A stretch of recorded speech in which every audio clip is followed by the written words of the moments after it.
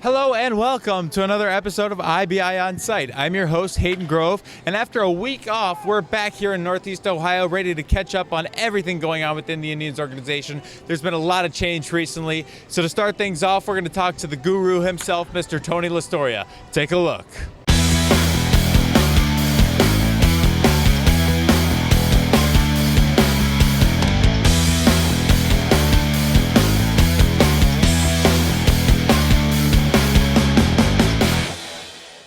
All right, well, we've been trying to coordinate this for a while. We've both been on vacation here and there, but we finally got Tony Lastoria back on the show, and what a time to be back. We got so much going on in the system, starting with none other than Francisco Lindor being called up. The big news, kind of broke by my friend August Fagerstrom from the Akron Beacon-Journal, got that out there, created mass hysteria within the Indians organization. What does this mean?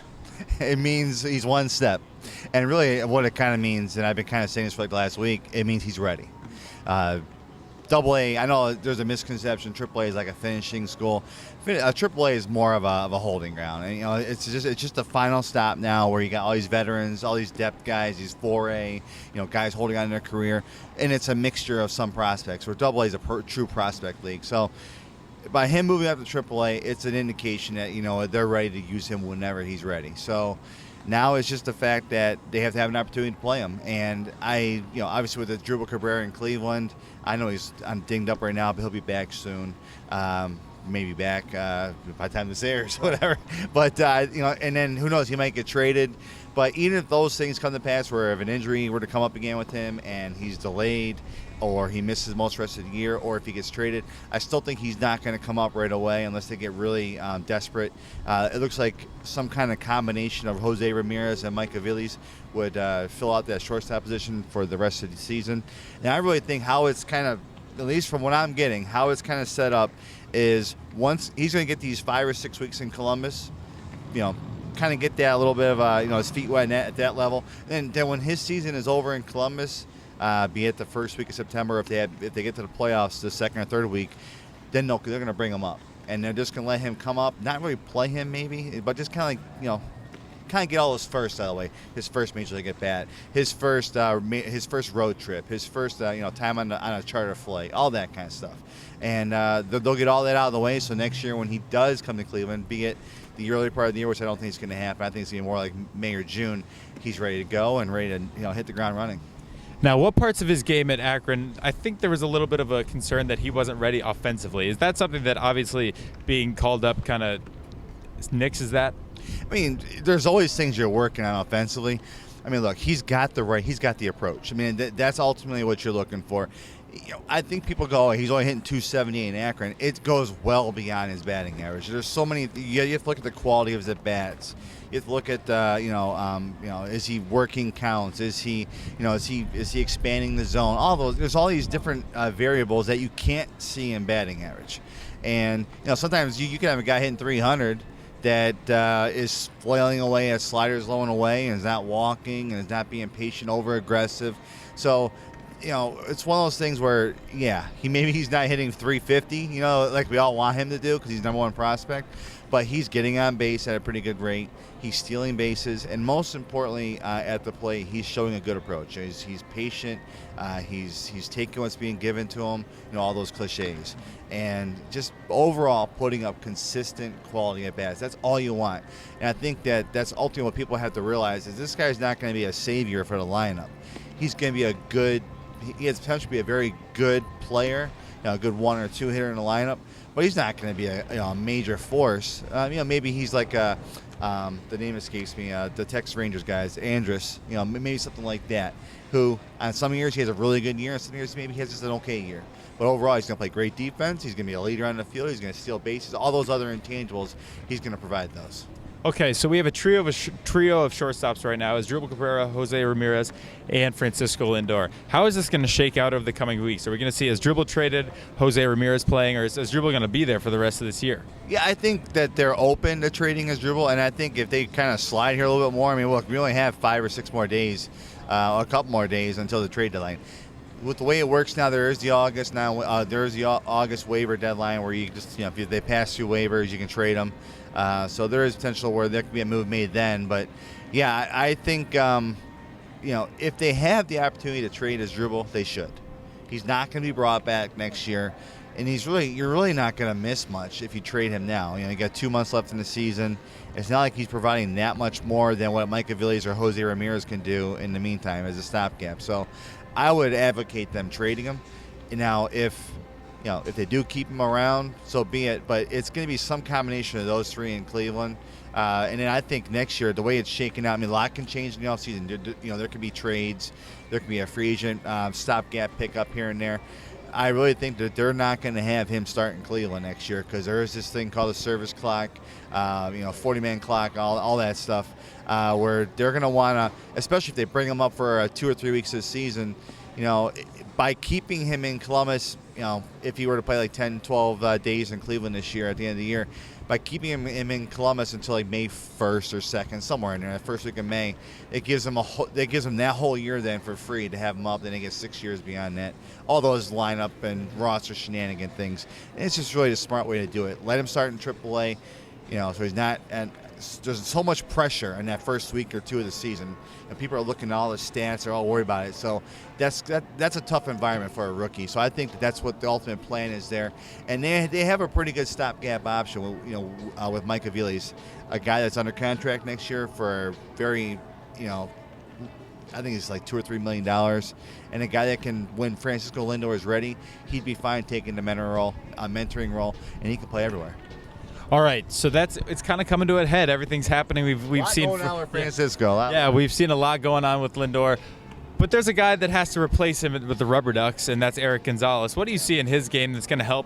I mean, the Rubber Ducks are in the middle of the playoff race right now. How are they going to replace Lindor, a guy who meant so much to them? He's a pretty good replacement. I mean, look, this is a guy that last year, he was a guy, when he came out of the DSL 2 or 3 or 4 years ago, they always loved his offensive upside.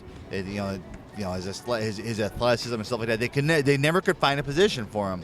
And he had an awful year at Mahoney Valley, I think 2 years ago, in 2012. I kind of wrote him off a little bit, and then that was a mistake on my part because he's still kind of young.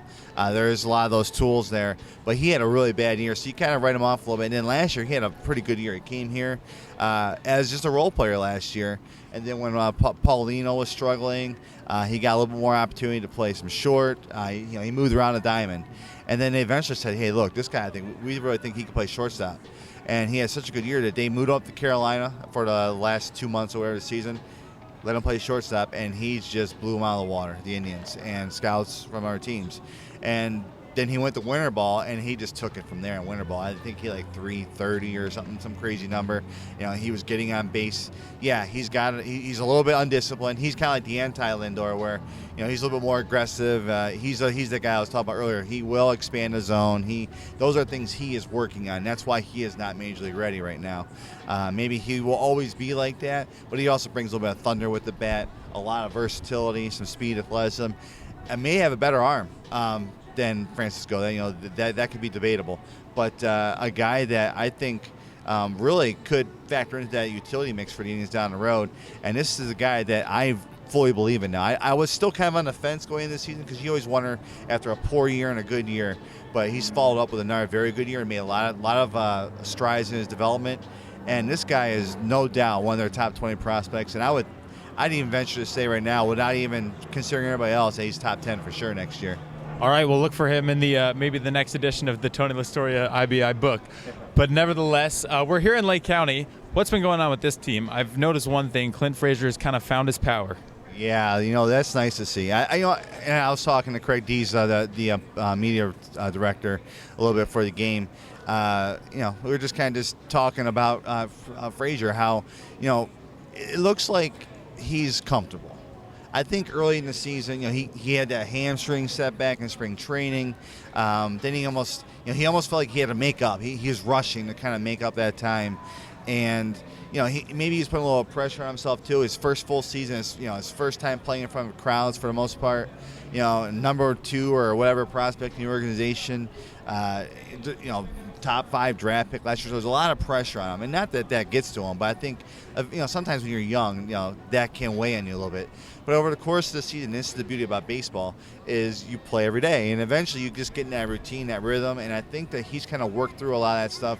And he's just mostly it's confidence and comfort. I really think it's those two things. It's no major adjustment he's made at the plate. I just really think he's kind of naturally now letting his talent show. He's driving the ball with power to right. That's when he's going good, when he's using the middle of the field and going to right center. And I think 4 of his last 5 home runs have been to right center. He poked a big one down the right field line a week or two ago. So, it's a good sign that that's coming along. Yes, does he strike out? Absolutely. Is that an issue he has to go work on going forward? Yes. But how old is he? He's young. This is a guy that is going to be his major focus. He is making some incremental strides in that regard, but it's just nice to see. For all the people that were worried about him at the end of May when he was hitting like 220 and had 1 home run or whatever, he's got a pretty good season in the books. He's hitting like 278 with almost, I think, just below 800 OPS, 11 homers. He's driving the ball and his slugging percentage is up, his ISO is up. All those things you want to see are there. Now it's just, hey, he's playing great defense in the outfield. He runs the bases well. He does so many things. It really comes down to that plate discipline and just being a little bit more refined in his approach. It's a process at this stage. It's a process. Yeah. All right, coming up next, we're going to talk to Mike Papi, Mike Papi. And what do you see from him thus far, the 38th pick by the Indians overall? Yeah, they're going to have to. That's going to be interesting when he comes out. They're not going to be able. They should just call him the Big Papi. Yeah. It's not Mike. It's not the Big Papi. He may have to fight David Ortiz for the rights to that name. I think that what you're going to see out of this guy. I know he's off to a slow start. I know a lot of people really focus in on those numbers right off the bat, and I think over the years, especially when you talk to a lot of coaches and executives and scouts, whatever, they always say you really can't put a lot of stock in those first year numbers. These guys are adjusting. If they perform well, great. But if they don't perform well, so be it. Really, these guys are. He's an example of a guy who's just working on getting in the routine. He's working on, it's different from college. They play 2, 3, 4 times a week, mostly on the weekends.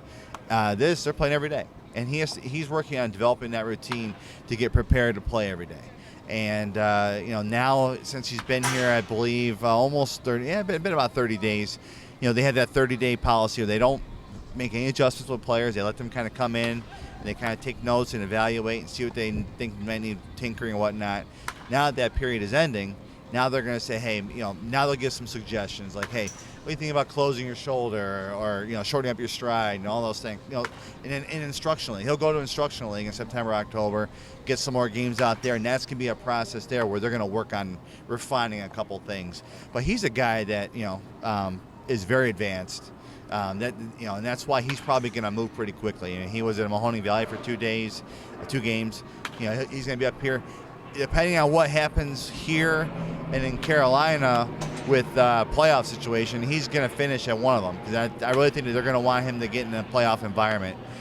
So be it if these guys here are in the playoffs, he'll stick here. But if the Mudcats make a late season surge, he'll go there. But he's going to probably start in Carolina next year, and he could very well finish in Akron or Columbus next year. That's how advanced he is with his approach. He walks a ton. Is almost patient to a fault, so that's going to be something they're going to probably work on a little bit to be a little bit more aggressive early in the count. You got to be aggressive within the zone, and that's usually like it's going back to Clint Frazier and those other guys is learning to lay off those borderline pitches with less than 2 strikes. Don't expand the zone. Don't hit the pitcher's pitch. Bring him in. All those, like I said, those cliches. But I think he can play first base. They know he can do that, but that's going to be a backup plan. They really think he could be in the outfield. He played first base in Virginia out of necessity. I think they had an injury or something came up where they had to play him there.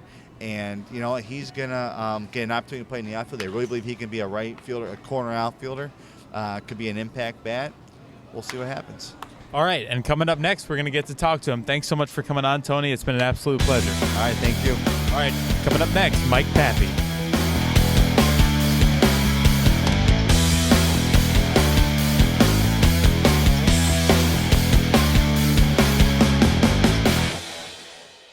Hi, this is Tony Lastoria from Indians Baseball Insider. The new 2014 Cleveland Indians Baseball Insider Top 100 Prospects and More book is now available at IndiansBaseballInsider.com, Amazon.com, and also local retail outlets at the Lake County Captains and the Mahoning Valley Scrappers team store. This is IBI's Jim Piascik, encouraging you to check out my weekly piece, The War Room. The War Room runs every Sunday, bringing you the kind of advanced stats for Cleveland's minor leaguers you can't find anywhere else. So please join me each Sunday, and let me take you into the War Room. All right, welcome back to IBI On Site. I now have the pleasure of being joined by the Indians' the 38th pick overall in the 2014 Major League Baseball draft, Mr. Mike Papi. Now, I know a lot of people have been saying that wrong. It's Papi, correct? It is Papi, yes, correct. All right. And just being in that draft moment, what was that like for you? I mean, just being drafted by the Indians, you know, your fellow teammate Kyle Crockett being here. Did he give you any advice, or was he talking to you at all throughout that process? I mean, during the draft, I was fortunate enough to be with my teammates at the time because we were still going through our playoff run, and Super Regionals were coming up, and then the World Series. So it was good for me to be with my teammates, and it was a great experience. And one of my teammates, Derek Fisher, went right before me at 37th, so it was great for us to be together and celebrate together. Now, how did you guys focus on winning games during the college playoffs while being drafted? That had to be a little bit of a distraction for you, right? Yeah, I mean, our coaching staff did a great job on putting our focus on the task at hand and putting professional baseball on the back burner. And I feel like we bought into that, and that's why we were so successful at Virginia this year, and kind of just waited for it to come. And when the time for professional baseball came, then we were ready to go. Now, I mentioned earlier Kyle Crockett. Did he have anything to say when it came about the Indians? When you heard the word Indians, did you think Kyle Crockett right away, or what was your thought process? Right. Well, I know Kyle Crockett's in the organization with the big league team right now, as you know, and Will Roberts, who used to pitch there too. I don't know where he's at now, but yeah, I mean, I don't know if you know Kyle personally, but he's a real quiet kid. Doesn't really talk much, but you know, he reached out to me, said congratulations, and if I ever had any questions, don't hesitate to ask. So, you know, he really helped me out, and if I ever need to ask him any questions, he's there for me. Now, coming from Mahoning Valley pretty quickly to Lake County, you've kind of had to make already one adjustment. You've had to make two adjustments, one from the college level to the professional level, then one from the professional level to another professional level. How has that been adjusting to each level so far? I mean, it's just the game. You're out here, I mean, it sounds cliche, but it's baseball. You're going to come out here and you're going to play the game, and it's a grind because you're playing every day, and you don't do that in college, and you got to get used to coming to the ballpark every day with high energy and still giving 110% because it is every day and it is a grind. But I feel it is more of a trials and tribulations thing where you gotta push through it and just get used to the routine and settle in. How do you think Virginia prepared you for the major leagues? I mean, just definitely the mental side of the game. I learned and matured so much mentally at Virginia, and baseball-wise, there's a lot more to the game than just the physical side. And coming into professional baseball, I feel like they've prepared us very well to handle the trials that it puts us through. Now, physically, you talked a little bit about routine. How much is that different from where you were to where you are now, and how much do they preach that at this level? Right. I mean, they're pretty flexible with trying to stay in our own routine that we had in high school or college, wherever you came from into the professional ranks. So, I mean, it's good for them to give us that flexibility and kind of remain confident and comfortable with ourselves and stay relaxed. What's it been like in Northeast Ohio thus far? Have you gotten a sense of the community? What do you think of it thus far? Oh, I mean, everyone's really nice. I mean, we got a lot of fans in Mahoning for the couple games that I was there. Not as many fans here, but the ballpark is definitely beautiful, and it's a joy to play here. Now, for those who may not know you and your style of play, how would you describe your style of play as a baseball player? Is there anybody you'd liken your game to? I wouldn't say anyone in particular. I mean, I'm a guy that's going to come to the ballpark with a lot of energy, a lot of high energy, stay positive, and, you know, always go out there and play the game hard and try not to be lackadaisical and just add a positive feel to the game. Now, one thing that's always been used to describe you thus far in your professional career has been you just have a control of the strike zone. Yes. Where did that come from? I mean, just maturing in the game, but I mean, it's, you know, in these levels in professional baseball, you know, you're going to run into the umpires that may expand the strike zone a little bit, so you kind of have to be a little bit more aggressive, and they might not be as consistent as the umpires in the higher levels, so you kind of have to shape your game around that. So it's kind of tough to remain that selective hitter, but I mean, I'll force myself to keep that, and I know that's why they drafted me, because I'm a very selective hitter and hit for average. So when that starts to come, then I'll be very comfortable. You describe yourself as a selective hitter, but in the field, we've mentioned you at right field, outfield, first base. Where do you prefer to play? I mean, I'll prefer anywhere to play where I could help the team. I consider myself a very versatile player, and I'll give coach the confidence and have the confidence in me to play wherever he wants to put me, and that wherever he puts me, I'll be able to go out there and help the team. All right, finally, for those fans, again, who may not know you very well, what kind of things do you like to do off the field that maybe would kind of describe your personality a little bit? I mean, I'm a big movie guy. I love watching movies on my downtime. We don't get much downtime here in professional baseball, so when you get some time to kind of relax and watch a movie and just hang out, it's nice. And, when I'm home, I like to go golfing with my brothers a lot, and we get a kick out of that. Just go out there and hit it around. We're not very good. But, I mean, other than that, just trying to, stay on top of things and, stay, even though there's such a big routine in professional baseball, when you find downtime, it's good to take it and just relax. All right, well, best of luck to you going forward, and thanks so much for coming on today. Thank you.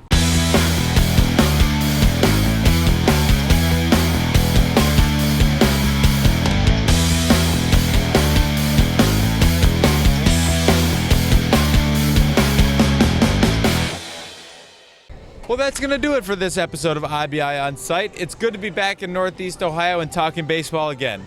Be sure to look out for more episodes of IBI On Site in the coming weeks as we are winding down the summer. Until then, I'm Hayden Grove. We'll catch you next time.